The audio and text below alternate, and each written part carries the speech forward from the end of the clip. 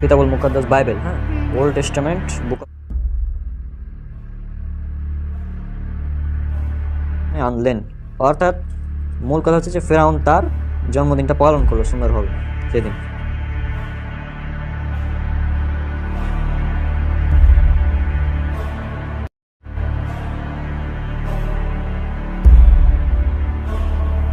Of all holidays in the Satanic religion is the date of one's own birth, is in direct contradiction to the holy of holy days of other religions.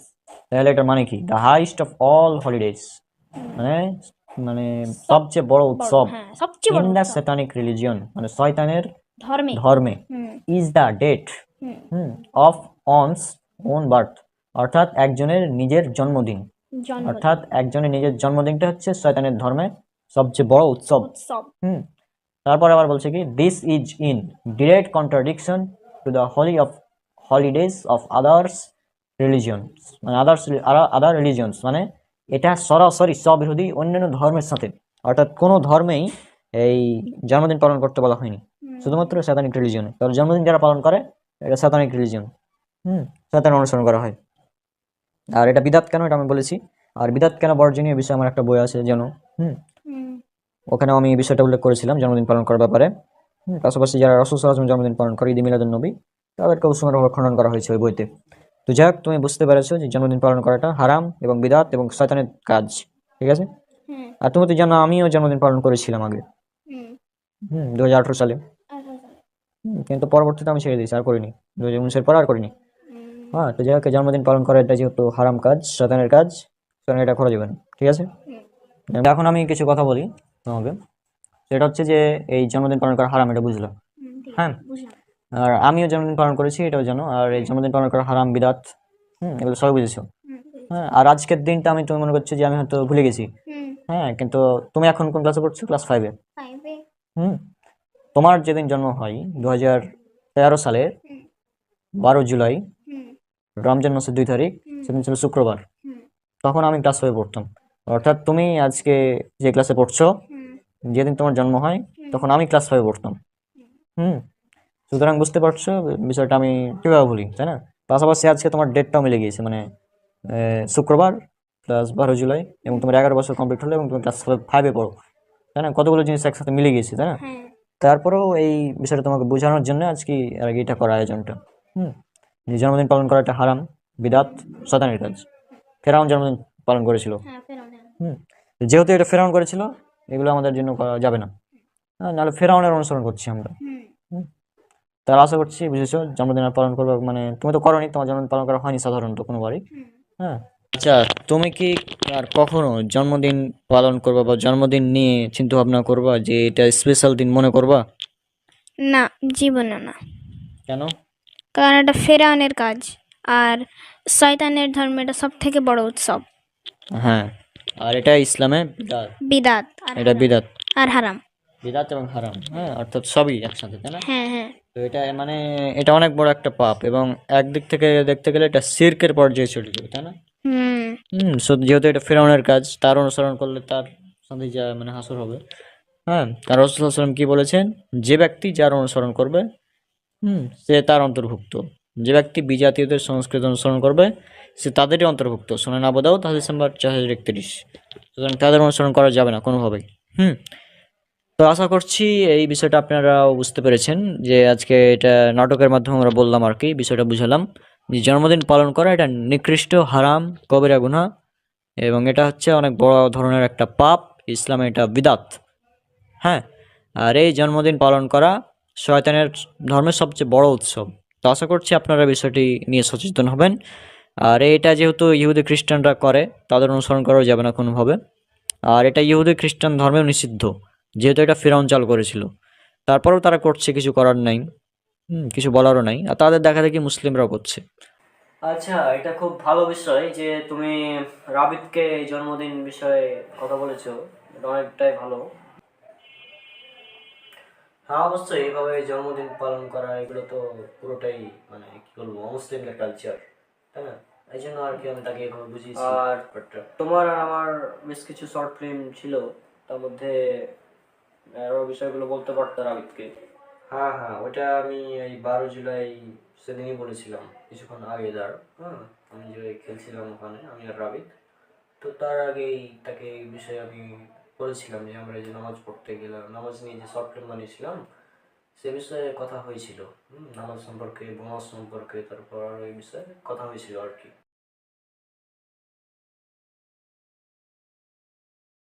আচ্ছা ভাইয়া, তুমি মোসাব্বির ভাইয়ের সাথে ছিলে না, তখন কি কথা হয়েছিল? তুমি তো আমাকে তখন বলনি। হ্যাঁ, তোমাকে যেটা বলেছিলাম, ওর বাসায় আমি ছিলাম কিছুদিন।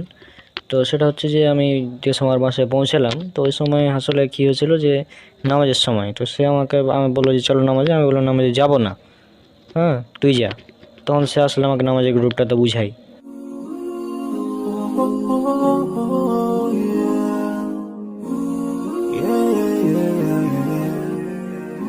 So many dreams, yeah, in my life.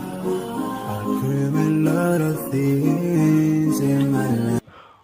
আরে বন্ধু, চলো আসর আজান দিয়েছি, নামাজ পড়ে আসি চলো। আরে না, তুই যা। বন্ধু চলো নামাজে চলো। আরে কি বলিস এগুলো, এত নামাজ পড়ে কী হবে বলতো? হ্যাঁ, আমরা তো মুসলমান, তাই না? একদিন না একদিন জানাতে যাবোই, নামাজ পড়ার কী দরকার কোনো ভাই? মানে আজীব ব্যাপার, তুই এত কোরআন হাদিস পড়িস, এটা জানিস না যে মুসলমান একদিন জান্নাতে যাবেই? আমি কোরআন হাদিস পড়ি, ঠিক আছে, আমি কোরআন হাদিসে এটা পাইনি তুমি যেটা বলছো যে নামাজ না পড়লেও জান্নাত পাওয়া যাবে, এই ধরনের কথা কোরআন হাদিসে আমি কোথাও পাইনি। আমি যা পেয়েছি সেটা তোমাকে বলি এখন তাহলে।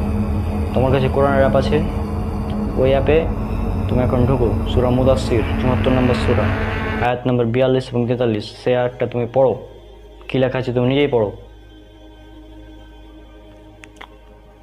সেদিন অপরাধীদের জিজ্ঞেস করা হবে, কিসে তোমাদের জাহান্নামে প্রবেশ করালো? তারা বলবে, আমরা সালাত আদায়কারীদের অন্তর্ভুক্ত ছিলাম না। তো কি পড়লাম? আচ্ছা বুঝলাম, নামাজ না পড়লে জাহান্নামে যেতে হবে, ঠিক আছে, কিন্তু নামাজের জাহান্নামে গেলাম, কিছুদিন থাকলাম, আবার তো জান্নাতে যাবো নাকি? এরকম তো কোনো কথা না, আমরা তো মুসলমান, তাই না? ও, তুমি এখন মনে করছো যে নামাজ পড়ি না জাহান্নামে যাবো, কয়েকদিন থাকবো, ফের আবার জান্নাতে যাবো, এটা ভাবছো তুমি? আরে তোমাকে তাহলে এখন কিছু হাদিস শোনাই, তারপরে হয়তো তোমার এই ভুল ধারণাটা দূর হবে যে নামাজ না পড়লে কেউ মুসলমান থাকে না। এটা জানো কি তুমি? আল হাদিস অ্যান্ড্রয়েড অ্যাপ আছে না, ওই অ্যাপে এখন ঢুকো, সহিহ মুসলিম খুলো, ওখানে ঈমান অধ্যায়ে যাও, 148 এবং 149 নম্বর হাদিসটা পড়ো। পড়ো, কী লেখা আছে পড়ো। রাসূল সাল্লাল্লাহু আলাইহি সাল্লাম বলেছেন, বান্দা শিরক ও কুফরের মধ্যে পার্থক্য হচ্ছে সালাত। এবার এক কাজ করো, সুনান ইবনে মাজা এর 1079 এবং 1080 নম্বর হাদিসটা পড়ো, কী লেখা আছে পড়ো। রাসূল সাল্লাল্লাহু আলাইহি সাল্লাম বলেছেন, বান্দা শিরক এবং কুফর এর মধ্যে পার্থক্য হলো সালাত, যে সালাত ছেড়ে দিল সে কুফরি করলো, যে সালাত ছেড়ে দিল সে শিরক করলো।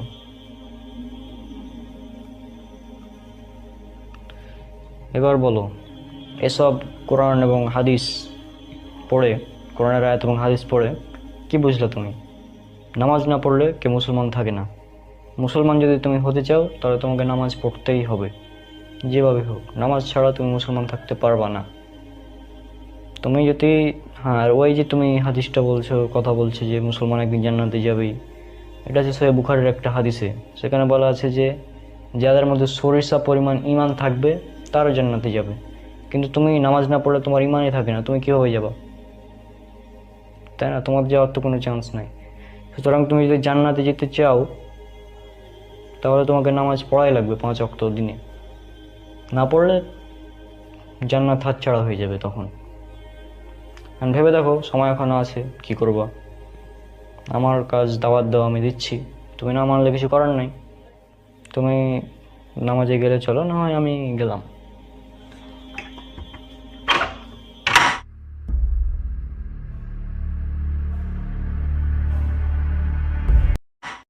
আচ্ছা, তারপর কি হয়েছিল? তো তার নামাজের গুরুত্ব বোঝানোর পর আমি নামাজ পড়া শুরু করি, কিন্তু পরের দিন আমি আসলে ফজর উঠতে পারিনি। তো তাকে বললাম যে আমার তো নামাজ আসলে ছুটে যায়, তো এই বিষয়ে আমি কি করব? তখন সে আমাকে খুবই সুন্দর একটা সমাধান দিল আর কি। তারপর আর আমার নামাজ ছুটে না। আসসালামু আলাইকুম হুজুর। ওয়ালাইকুম আসসালাম ওয়া রাহমাতুল্লাহ।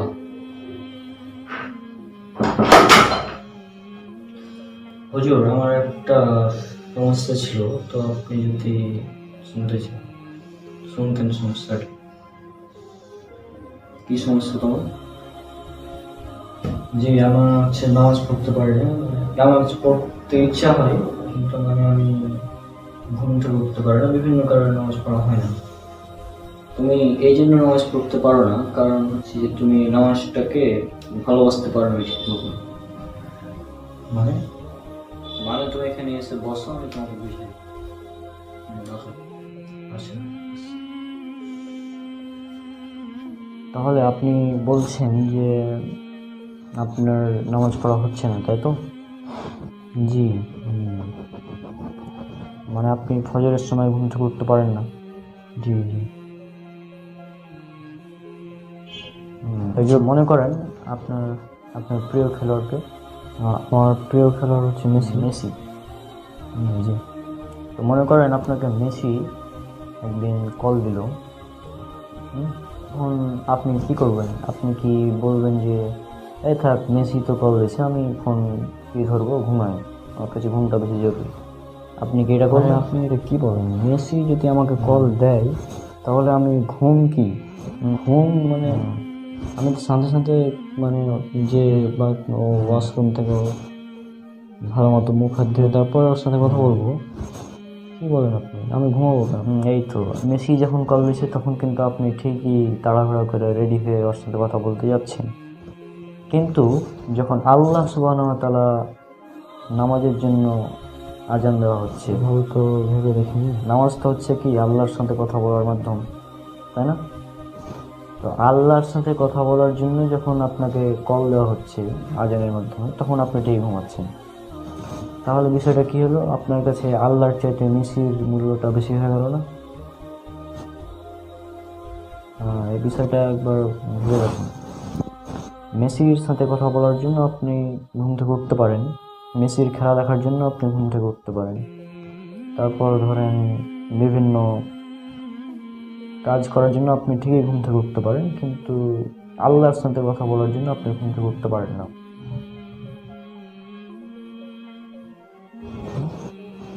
5 মিনিট আল্লাহর সাথে কথা বলার জন্য আপনার সময় নাই, কিন্তু এদিকে ঠিকই আপনি 3 ঘন্টা সিনেমা দেখতে পারেন, গেম খেলতে পারেন, ভিডিও দেখতে পারেন বিভিন্ন, কিন্তু নামাজ পড়তে পারেন না কেন? আসলে নামাজ পড়তে পারি না এটা কোনো কারণই নেই নামাজ না পড়ার, এটা মানে এমনি। শুধু একবার চিন্তা করবেন, আপনি যখন নামাজ পড়ছেন তখন আপনি আল্লাহর সাথে কথা বলছেন, এই বিষয়টা চিন্তা করবেন, তাহলে দেখবেন ইনশাআল্লাহ আপনার নামাজ ছুটবে না। যদি এইটা ভাবতে পারেন, আর যদি না ভাবেন তাহলে কিন্তু নামাজে হবে না। আশা করি আপনি বিষয়টা বুঝতে পেরেছেন, এবং আজ থেকে যখনই নামাজ পড়বেন তখনই এটা শুধু চিন্তা করবেন যে আমি আল্লাহর সামনে দাঁড়িয়ে আছি, আল্লাহ আমাকে দেখছেন। তাহলেই আপনি নামাজ পড়ার জন্য অস্থির হয়ে থাকবেন। আরে আপনি তো আপনার গার্লফ্রেন্ডদের সাথে কথা বলার জন্য ঠিকই মানে অপেক্ষা থাকেন যে কখন সে কল দেবে আর আমি তার সাথে কথা বলবো, ঠিক না? কিন্তু ঠিকই প্রতিদিন 5 ওয়াক্ত নামাজ পড়ার জন্য আজান দেওয়া হচ্ছে, সে আজানের ব্যাপারে আপনার কোনোই নেই। বিষয়টা আজীব না? আজীব ব্যাপার। আপনি যখন মেসি কল দিয়েছে তখন আপনি ঠিকই কথা বলছেন ওর সাথে, 4টার সময় মেসির খেলা দেখার জন্য উঠতে পারছেন, ঘন্টার পর ঘন্টা সিনেমা দেখতে পাচ্ছেন, কিন্তু 5 মিনিট নামাজ পড়তে পারছেন না। তো আশা করি আজকের পর থেকে আপনি বুঝবেন বিষয়টা। আমি তো পারলে হাদিস টাদিস কোরআনের আয়াত ইত্যাদি দিয়ে আপনাকে বুঝাতে পারতাম, কিন্তু আসলে এভাবে বুঝিয়ে লাভ নেই। সেই জন্য আমি বলতে চাচ্ছি যে আপনি জাস্ট বিষয়টা একবার ভেবে দেখুন এভাবে। জি, আপনি যেটা বললেন ভেবে দেখবো। আশা করি আজকে আপনার যে সমস্যা বললেন আপনি এটার সমাধান পেয়েছেন। জি, আর আপনার এই উদাহরণটা আমার অনেক ভালো লেগেছে, অনেক সুন্দর একটা উদাহরণ দিয়েছেন। তো আমি চেষ্টা করব এখন থেকে নামাজ পড়ার। আর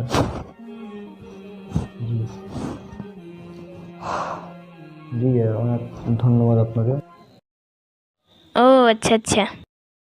হ্যাঁ, তারপর আবার হচ্ছে যে আমি 1 মাস পর ওর বাসায় আবার গিয়েছিলাম। তো সেটা ছিল রমজান মাস। তো রমজান মাসের প্রায় শেষের দিকের মাসে গিয়েছিলাম আর কি। তো আমার মোবাইলে একটা নোটিফিকেশান আসলো যে বোনাস। ও আচ্ছা আচ্ছা, বোনাস। হ্যাঁ বোনাস। তো এই বোনাসটা আসলে আমি ভাবলাম যে নিই, তখন সে আমাকে আর একটা বোনাসের কথা বললো। সেটা হচ্ছে যে শাওয়াল মাসে 6টা রোজা রাখলে নাকি মানে সারা বছর সিয়াম রাখার সমান ফজিলত হয়। তো এগুলো সে আসলে বললো আমাকে। আরে বাহ, 30 জিবির সাথে 10 জিবি বোনাস! আরে না, এই বোনাস তো আমি হাতছাড়া করবো না, আমি তো এখনই নেবো। দেখি ফোন করি, মাইনুলকে ফোন করি, তাহলে ও আমাকে রিচার্জ করে দেবে এখনই তাড়াতাড়ি।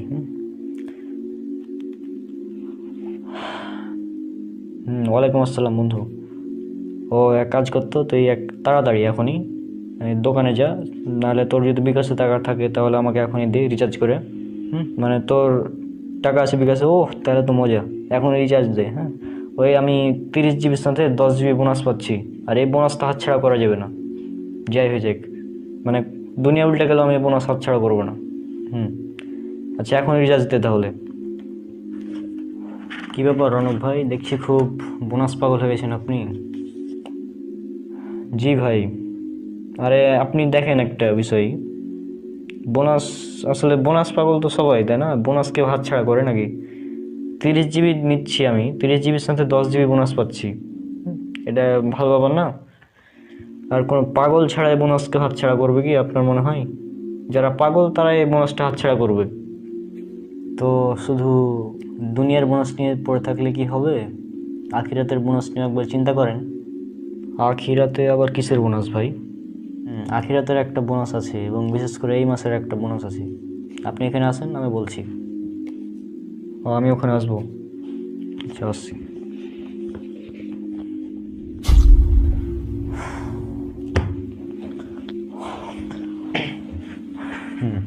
শুনুন। জি ভাই বলেন, বোনাসটা তাহলে এবার আমি বলি। আপনি তো রমজান মাসের সম্পূর্ণ সিয়াম পালন করেছেন, আমরাও করেছি। হ্যাঁ, তো এখন চলছে শাওয়াল মাস। আর রাসূল সাল্লাল্লাহু আলাইহি সাল্লাম বলেছেন, যে ব্যক্তি রমজান মাসের সিয়াম রাখার পর শাওয়াল মাসের 6টি সিয়াম রাখলো, সে যেন সারা বছর সিয়াম রাখলো। এবং এটা সহিহ মুসলিমের হাদিস, উল্লেখ করা আছে সহিহ মুসলিম, যেটা ইসলামিক ফাউন্ডেশন থেকে ছাপানো, এর 4th খণ্ডের 116 নম্বর পৃষ্ঠার 32 নং অনুচ্ছেদের 2624, 2625 এবং 2626 নাম্বার হাদিসে। এছাড়া উল্লেখ করা আছে রিয়াদুস সলেহিন এর 1262 নম্বর হাদিস, এবং উল্লেখ করা আছে জামিয়াত তিরমিজির 759 নম্বর হাদিসে। এছাড়া আরও অনেকগুলো হাদিসে উল্লেখ করা আছে এই হাদিসটি। তো এটা একদম সহিহ হাদিস, একদম বিশুদ্ধ হাদিস, এতে কোনো সন্দেহ নাই, কারো দ্বিমত নাই। তো এই বোনাসকে আপনি বলেন, আপনি একটু আগে বললেন যে কোনো পাগল ছাড়া এই এমবির বোনাসটা হাত ছাড়া করবে না। তাহলে আমি বলবো এখন যে কোনো পাগল ছাড়া এই বোনাসটাও কেউ হাত ছাড়া করবে না। আখিরাতের বোনাস 1 বছর সিয়াম রাখার সমান সব পেয়ে যাবে, কেন এটা একটা বোনাস। যদিও এটা ফরজ না, কিন্তু এটা বোনাস, মানে অনেক ফজিলতের। তো কোনো পাগল ছাড়া এই বোনাসটা হাত ছাড়া করবে না। ভাই আপনাকে অসংখ্য ধন্যবাদ এত সুন্দর একটা মানে বোনাসের ফজিলতের কথা বলার জন্য। আসলে আমি এই হাদিসটা শুনেছিলাম অনেক আগে, তবে খেয়াল করিনি অত। তো আপনাকে অনেক অসংখ্য ধন্যবাদ। ইনশাল্লাহ আমরা এই বোনাসটা ছাড়বো না, এই বোনাসটা আমাদের নিতেই হবে যেভাবে হোক। মানে 6 দিন রোজা এক্সট্রা করার কারণে রমজান মাসের পর আমরা 1 বছর মানে রোজা রাখার সব পেয়ে যাচ্ছি। তো এই সব, এই ফজিলত কে ছাড়বে? কেউ তো ছাড়তে যাবে না, তাই না? আসলে এটা অনেক ভালো বিষয়। এবং এই বোনাস ছাড়া যাবে না যেভাবে হোক।